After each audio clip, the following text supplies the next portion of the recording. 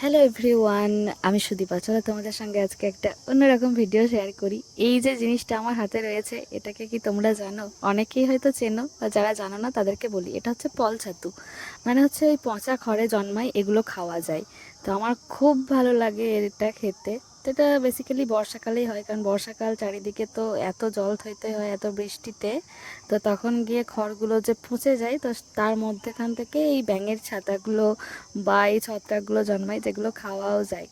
তা আমি তুলে নিয়ে এসেছিলাম, কয়েকটাই পেয়েছিলাম, খুবই অল্প। তো মাকে বলেছিলাম এটা রান্না করে দিতে। এটা তরকারিও বানানো যায়, তবে এটাকে না পেঁয়াজ লঙ্কা দিয়ে ভাজা ভাজা করলে খুব সুন্দর লাগে, ওই যেরকম আমরা ডিম ভাজা বা মাছ ভাজা করে থাকি।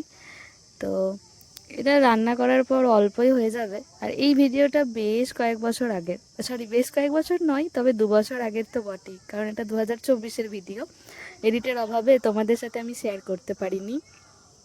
যারা এই জিনিসটা খায় তারা জানে এটা ভীষণ সুন্দর খেতে। আর এই যে আমি ভিডিও করছি বলে আমার ভাইজিও তখন ক্যামেরা নিয়ে মায়ের সামনে হাজির, যে ছোটো ঠাম্মা তুমি একটু ভালো করে তাকাও তো, তোমার ছবি তুলি ভিডিও করি। আমি যা করতাম ও ছোটোবেলায় আমাকে দেখে তাই কপি করতো। তো এই যে মা তারপরে এটা তেলে এই তো পেঁয়াজ দিয়ে ভালো করে ভেজে দেবে। এটা জলটাকে নিংড়ে নিচ্ছিল ভালো করে, কারণ অনেকটা জল শুষে নেয়। আর এই দেখো, জলটাকে নিংড়ে দেওয়ার পর একটুখানি হয়ে গেল। তো যারা যারা গ্রামাঞ্চলে থাকো, যারা যারা এটা খেয়েছো, তারা তারা বুঝবে যেটার স্বাদ কীরকম। অসাধারণ হয় খেতে। আর সিরিয়াসলি বলছি, এটা ভালো করে মশলা দিয়ে রান্না করলে মাংসকেও হার মানিয়ে দেবে। ভীষণ সুন্দর, আমার তো ভীষণ ভালো লাগে। এটা দিয়েই আমার সমস্ত ভাত পেরিয়ে যায়। তো তোমরা কারা কারা খেয়েছো এটা আমাকে জানাতে পারো। আর চলো, এই ভিডিওটা এইটুকুনিই ছিল, মানে এটাই শেয়ার করার জন্যই এই ভিডিওটা।